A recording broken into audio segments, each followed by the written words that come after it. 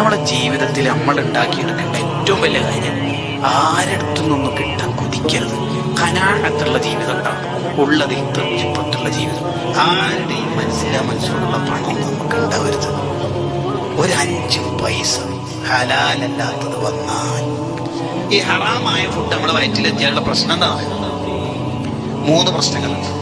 ഒന്ന്, ഇബാദത്ത് ചെയ്യാൻ ടേസ്റ്റ് ഉണ്ടാവില്ല, നിസ്കരിക്കാനും മറ്റൊക്കെ. 2, തെറ്റ് ചെയ്യാൻ പേടി ഉണ്ടാവില്ല. 3, മൂന്നാമത്തതാണ് വലിയ രോഗം. ഹലാലല്ലാത്ത ഫുഡ്, ചിലപ്പോൾ ചിക്കൻ ആയിരിക്കും, ബീഫായിരിക്കും, ഹലാലല്ല മുമ്പര് കഴിച്ചത്, ഹലാലല്ല എവിടെന്നോ കിട്ടിയത് മുമ്പര് തിന്നതാ.